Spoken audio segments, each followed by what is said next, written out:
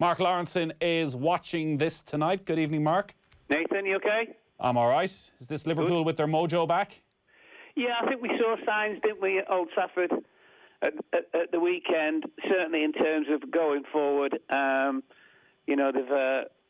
It's been an area where really they've been kind of very, very ordinary of late, but they've just got that little bit of a swagger back, haven't they, which is obviously what they've been missing for a while. So, yeah, all seems good. I think the only kind of worry would be Matip, obviously, off again. I think he's made of glass, isn't he? The slightest knock and obviously seems to have a problem all the time. But, hey, they'll deal with it. And the thing about the front three is, I mean, they basically win games on their own, don't they? Yeah, they generally do.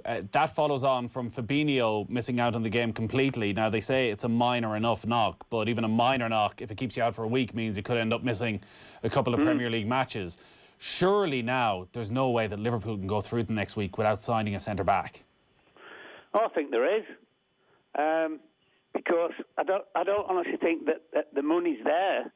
Unless, of course, it can take somebody on loan or whatever, or do some kind of deal. But, of course, look, the problem with it is, Nathan, nowadays, it is like what's tomorrow, Friday, you don't sort of just ring up this club and say, like, we'd like to take X, because these deals now take days and days to negotiate, etc., and everything that all entails. So I don't really see it. And I think with Klopp as well, he's always been. It's like, no, I'm prepared to wait for my man. He waited for Van Dijk, didn't he? So I would be very surprised.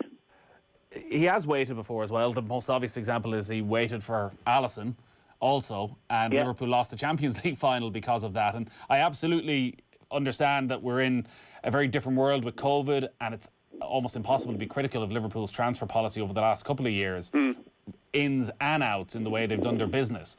But the prize money that's offered for winning the Champions League, what it would mean to the club to win the Premier League, do you not recoup that money in the medium to long term by making the investment now? Because it's hard to see Liverpool winning the league with the defence that they currently have. Yeah, I agree with you, but I think if basically it's obviously the Americans have got to give the say so and give the yes, and they've given him fantastic backing, and he's repaid them because nearly every player he's signed is improved, as we know. But it's who do you go and get? That's the thing, actually, who do you go and get? When they signed Van Dijk, 75 million, it looked a lot of money. It looked about 15 million more than you'd want to pay. And you look at it now, and your argument stands up because you could get probably double what you paid for Van Dijk if you wanted to sell him, of course, which they're not going to. But yeah, I just think I just can't see it. And when you look around as well, central defenders, there is a scarcity of them, and there's certainly a massive scarcity of really top-class ones, and the really top-class ones will be absolute fortunes. And looking at them, a lot of them actually are getting on a bit, the people that everybody keeps mentioning all the time. Otherwise, it constitutes a gamble. It's an incredible game, football, when you look how quickly that your fortunes can turn. And I'm just watching Trent Alexander-Arnold ping a 60-yard ball through the air to release Mo Salah. And he's been going through the first dip of his career under huge scrutiny and criticism, particularly after what happened at Manchester United and the way and the freedom that Marcus Rashford have. He's come back tonight. He's got himself a goal. He had a typical Alexander-Arnold assist for Mane. And he just looked back to where he was. Like, when you think back to your playing days and when you would have had dips in form and dips in confidence, is it as simple as that? Is it simple as one match and everything returns to normal? Or actually is there a longer lasting effect that while everything may seem fine tonight for Alexander-Arnold, it's going to take a little bit more over the next few weeks to get himself back up and running completely? Yeah, well, I think confidence is obviously a massive thing in anything in life, let alone football. And, one thing I will say about Trent is that he always tries to make the pass. He's never, ever been negative. really poor game, didn't he, the other week? I think it was at Southampton. Southampton, yeah, where there was the stat that he gave the ball away 38 times. 38 times, yeah. But listen, that's just the way that it is. And well, I think the other stat was that actually Alexander-Arnold had given the ball away the second most of any player last season. So he's obviously just trying to do things maybe that other players aren't. Yeah, no, he is. It really, and if you watch him play, he's absolutely totally. I mean, what game I did Burnley last week at Anfield, and his crossing was awful for him in that particular game. But you know what? Klopp will just be saying, look, you just keep going, because when you've got the quality that he's got, you just keep battering away at it, and eventually, it does turn round. And I mean, just looking at them tonight, and say, on Sunday, wasn't it, Manchester United, there's just a difference in them. And I think also Thiago makes a massive difference to them, because you know what, he looks to pass really, really quick and pass forward, I should say. And the front three obviously love that, and he makes a big difference to them. But he's a little bit made of glass as well. He's another one, but he keeps getting knocks. But hopefully he can stay fit. Look, this league this year is absolutely mad. I mean, obviously City have cruised, and they look very, very impressive. And they've got a decent run, and of course, I think, is it a week on Sunday? They play Liverpool, don't they? So, that remains to be seen. But I think definitely they will be favourites at the moment. But look at Manchester United's results against Sheffield United last night, and we've just seen loads of strange results. For my sins, I do the predictions for. Oh, I know, Mark.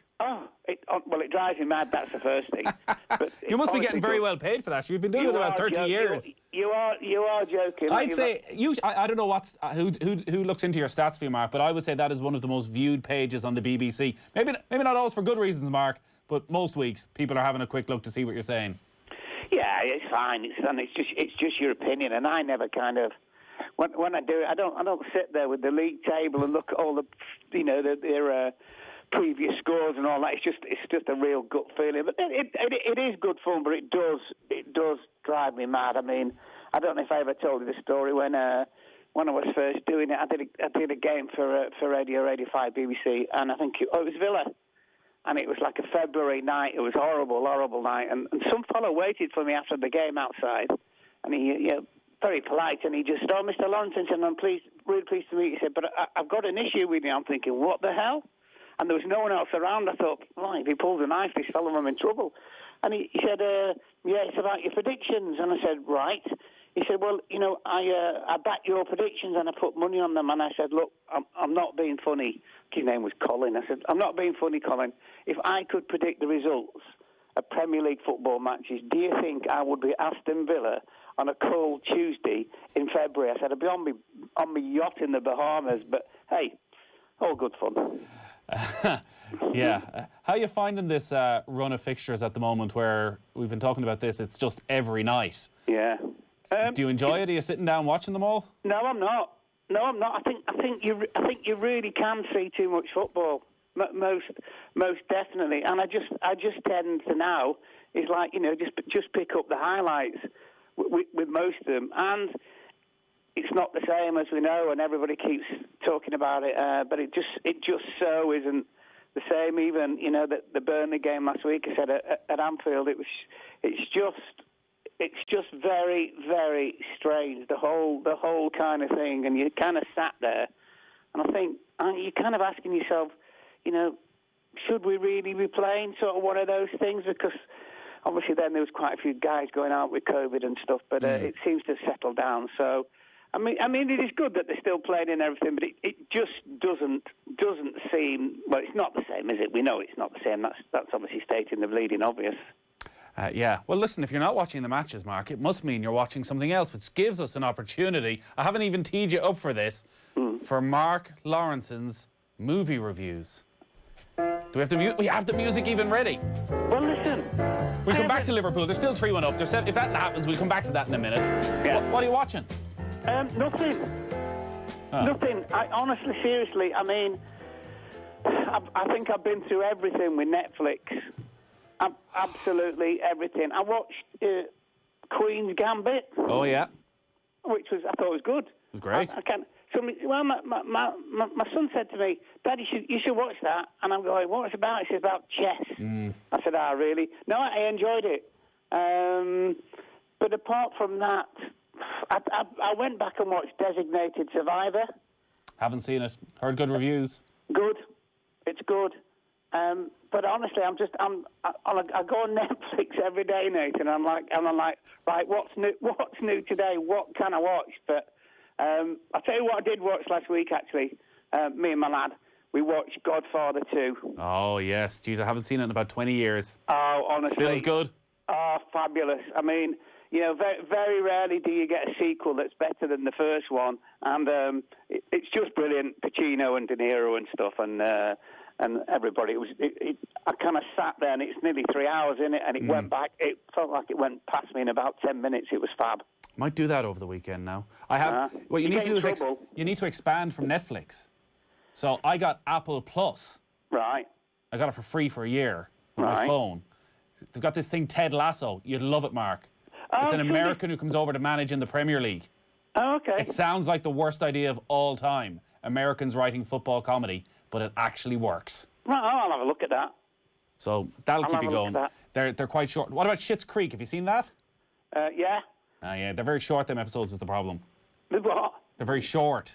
They're only about 20 minutes, so yeah. they don't get you through very much. Yeah, and I think I do think with a lot of these is, and they've done the first series, and everyone's going, wow, this is fab. But as the series go on, they kind of drag the storyline out, don't they? Obviously someone said to them, oh, this is brilliant, but, the big boss man upstairs has gone, well, let's have another 40 episodes and let's get some more dough.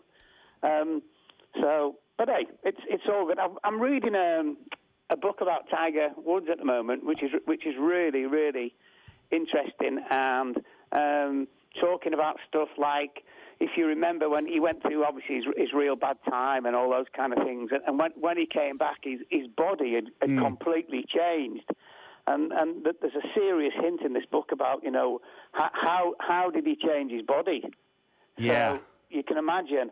That question comes up a lot when you look at some of the people he's worked with over the years. But there's a couple of Tiger books out at the moment. We've just been there's a documentary of Tiger on Sky Atlantic at the moment, which is based, I think, on a different book, which goes really into his past and his relationship with his father, and all of that. That is the book is well worth reading, and the documentary isn't quite as good. It's we were saying pretty salacious stuff. It goes into the scandal in a lot of detail, but the more Tiger Woods you can get, the better. Yeah, absolutely. Still Spurs 1, Liverpool 3, 4 minutes left. I did want to talk to you as well about West Ham and your old mate David Moyes, who's been through the ringer over the last 6 or 7 years since he went to Manchester United and went in with such a high reputation, and it's really been struggling and battling to get that reputation back, and has come in at West Ham this season, and they've just been a revelation for a club that has been a total basket case at times in recent years. He's brought a bit of structure. They seem to have made really strong signings, different types of signings, with the likes of Soucek and Soufal coming in, who aren't the most glamorous names for a club like West Ham, but are really good, solid players. And he looks as though he's actually back enjoying himself again. He is. He likes it. And he was a bit scarred by Manchester United. But as he said, basically on the first day he took over, Rio Ferdinand's legs had gone, hadn't they? So he was obviously coming to the end. Who was the left back? They had Patrice Evra, I should say. Evra, yeah. And he said he'd agreed to deal with the club that he was leaving at the end of the season. So was the big, rough, tough centre back that played alongside Rio. Vidic. Yeah, and he's basically said that the three of them knocked on the door and said, hi, nice to meet you, but we're off. So and he would be one of life's warriors, would Moyes. You go for a beer with him, and you just say to him, matter of fact, what do you want? And he said, what are you having? And I go, what the hell does it matter what I'm having? What do you want? He said, not sure. He said, no, that's what we call him. I'm not sure all the time. But listen, if you get him at your club and let him build, and he builds from back to front, and he gets it right. He did a fabulous job at Everton. When you think, improved all the players, made them absolute fortunes with the sales, etc. And he's just very, very trustworthy. And You know, he likes it there. And I said, well, the big bonus, I said, it doesn't make any difference whether you got crowds or not, because there's absolutely no atmosphere in that stadium when it's got 50,000 people in. But I think his two centre-backs have been brilliant for him, and that's where he's kind of built from there. And Rice, Declan Rice, etc., is going to be a top player if he's not already. The boy signed from Hull City has done fabulous, because I saw him quite a few times at Hull in the Championship, and he played kind of more through the middle, and Moyes had him playing wide on the right. And you said about Souček as well, who was one of his signings. He just seems to be, you know, such a hard-working lad. He suddenly started scoring all sorts of goals for them. I think his only problem, Moyes, will be that Antonio is probably his best striker, but he sort of gets quite a few injuries. He's a big muscular guy, and he seems to get quite a few muscle injuries. He's got the kid he signed. Is it Barama, who's officially signed now, hasn't he? Because they had him on loan with agreement. And has Jesse Lingard gone today? Yeah, he's gone today, on loan for the rest of the season. Yeah, so, I mean, you know, whether I don't think he'll chuck him straight in the team, but I think he'll probably get him up and running. He might, for 3 or 4 months, be an outstanding signing, although $1.5 million loan fee, and he's only there for 4 months, plus you're paying all his wages, so some deal Man United have done. Yeah, certainly is. That'll be interesting to see what happens. And West Ham against Liverpool is on Sunday. It's going to be our live game here on Off the Ball. Mark, great stuff. Looks as though Liverpool are going to get the job done. 3-1 up into the final seconds of that game at the Tottenham Hotspur Stadium. We'll talk to you soon. Cheers, bud.